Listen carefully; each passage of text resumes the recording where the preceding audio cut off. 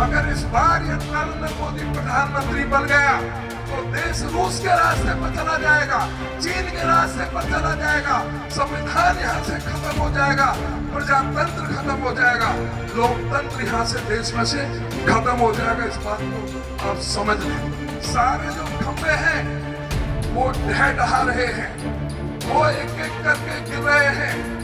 आज एजेंसी की विश्वसनीयता ही खतरे में पड़ गई है। आज वो एजेंसी एक राजनीतिक दल के लिए काम करने में लगी हुई है। लोकसभा चुनावों की बस तारीखों का ऐलान बचा है, लेकिन लोकतंत्र के इस महापर्व को लेकर राजनेता इतने उत्साहित हैं कि अभी से ही एक दूसरे पर तीखे तंज कसने का कोई मौका नहीं छोड़ रहे। अब रोहतक में कांग्रेस प्रदेशाध्यक्ष उदय भान को ही देख लीजिए। जोश में उदय भान ये बोल गए कि अगर फिर मोदी को देश का प्रधानमंत्री बना दिया तो भारत को रूस बनते देर नहीं लगेगी।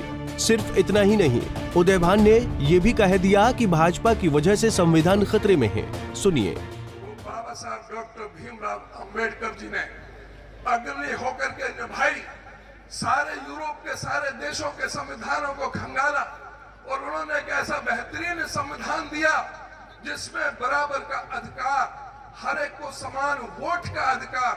जब हमें वोट का अधिकार नहीं था तो हमारा शोषण होता था।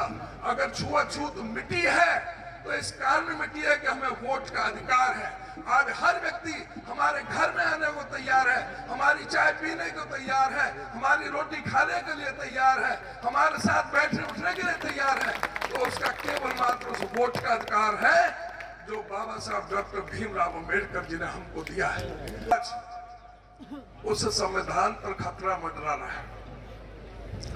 आज वो संविधान जो बाबा साहब ने हमें दिया था, उस संविधान की रक्षा के लिए जो जुडिशरी बनाई गई थी, संविधान की रक्षा के लिए जो एजेंसियां खड़ी की गई थी, चाहे वो सीबीआई है, चाहे वो ईडी है, चाहे वो इनकम टैक्स है, चाहे वो ये सीबीसी है, सेंट्रल विजिलेंस कमीशन है, चाहे और जिस तरह की भी जो एजेंसियां हैं, वो संविधान को सुरक्षित रखने के लिए और उन पर निगरानी रखने के लिए जुडिशरी और चौथा स्तंभ जिसको मीडिया कहा जाता है, वो उस मीडिया की जिम्मेदारी दी गई थी।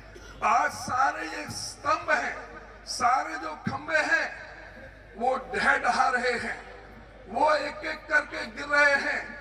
आज जिनकी एजेंसियों की जिम्मेदारी थी संविधान की रक्षा के लिए, आज उन एजेंसी की विश्वसनीयता ही खतरे में पड़ गई है। आज वो एजेंसी एक राजनीतिक दल के लिए काम करने में लगी हुई है। तो आप ये समझ लो कि संविधान को कितना बड़ा खतरा है। वो कौन लोग हैं जिन्होंने संविधान की समीक्षा के नाम से हमारे आरक्षण को खत्म करने के लिए कहा था? वो कौन लोग हैं जिनकी वजह से 2 अप्रैल 2018 को हिंदुस्तान का दलित सड़कों पर आ गया था? वो कौन लोग हैं जो हमारे संविधान से छेड़छाड़ करना चाहते हैं? वो कौन लोग हैं जिन्होंने बाबा साहब डॉक्टर भीमराव अंबेडकर के संविधान का विरोध किया था? जो 26 नवंबर 1949 को जो संविधान बाबा साहब ने जो बना करके पेश किया था, उसका विरोध किया था। उस समय की आरएसएस, आज की जिसे बीजेपी कहते हैं, जिन्होंने 79 शहरों के अंदर जगह जगह रैलियां की और रामलीला मैदान के अंदर 11 दिसंबर 1949 को बाबा साहब डॉक्टर भीमराव अंबेडकर के पुतले फूकने का और भारत के संविधान की प्रतियां जलाने का काम इस बीजेपी ने किया है। इस बात को आप समझ लें और सोच लें। जो हमारे खड़गे जी, जो हमारे राष्ट्रीय अध्यक्ष हैं, और राहुल जी जो कह रहे हैं, इस बार अगर ये फिरका परस्ती ताकतें आ गई, अगर इस बार ये नरेंद्र मोदी प्रधानमंत्री बन गया तो देश रूस के रास्ते पर चला जाएगा, चीन के रास्ते पर चला जाएगा, संविधान यहाँ से खत्म हो जाएगा, प्रजातंत्र खत्म हो जाएगा, लोकतंत्र यहाँ से देश में से खत्म हो जाएगा। इस बात को आप समझ लें। इस सरकार का मेन है इस सरकार को बदलने का।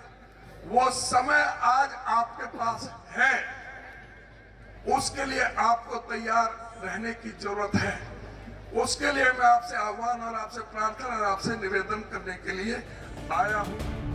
उदयभान ने साफ कह दिया है कि बीजेपी सरकार संत रविदास जी की सोच के विपरीत काम कर रही है।